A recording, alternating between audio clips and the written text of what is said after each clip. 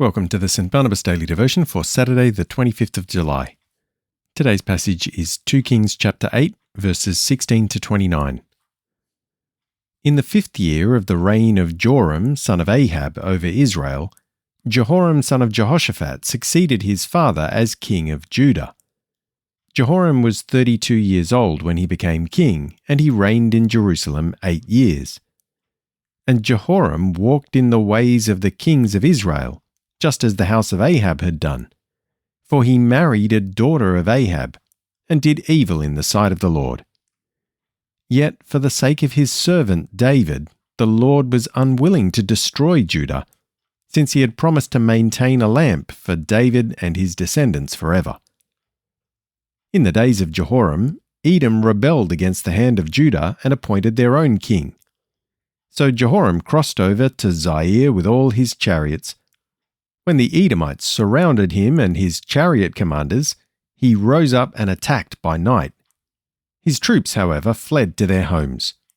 So, to this day, Edom has been in rebellion against the hand of Judah.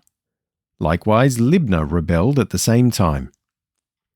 As for the rest of the acts of Jehoram, along with all his accomplishments, are they not written in the book of the Chronicles of the kings of Judah? And Jehoram rested with his fathers, and was buried with them in the city of David. And his son Ahaziah reigned in his place. In the 12th year of the reign of Joram, son of Ahab, over Israel, Ahaziah, son of Jehoram, became king of Judah.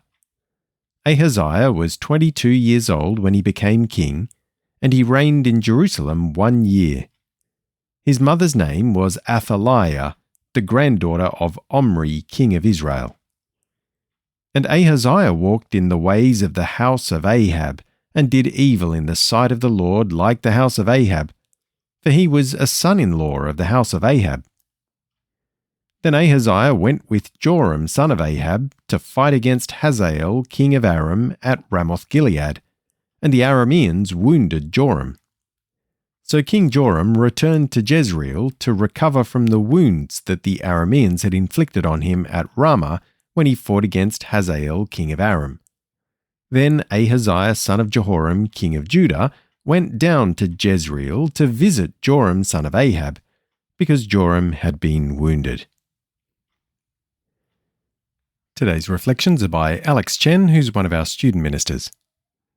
It's shocking but not surprising that Jehoram and his son Ahaziah, two kings of God's people in Judah, did evil.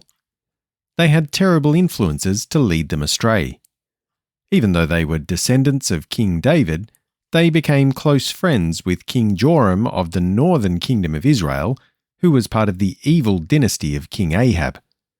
Jehoram even married the daughter of Ahab and Jezebel. It's a bit too close to home when we remember how easily the secular culture we live in can drag us away from God and trusting in Jesus. Sometimes we don't even notice it. It might be accepting bits of extra work, which means sacrificing good time with God, or the latest fad we chase too hard. But we're also reminded of God's faithfulness.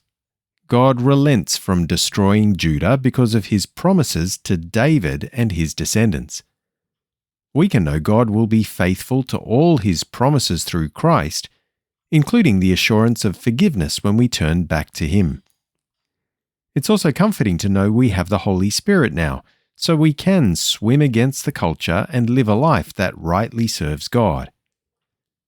Pray about the pressures and influences you feel, and ask for God's help in saying no to ungodliness and yes to living joyfully for him.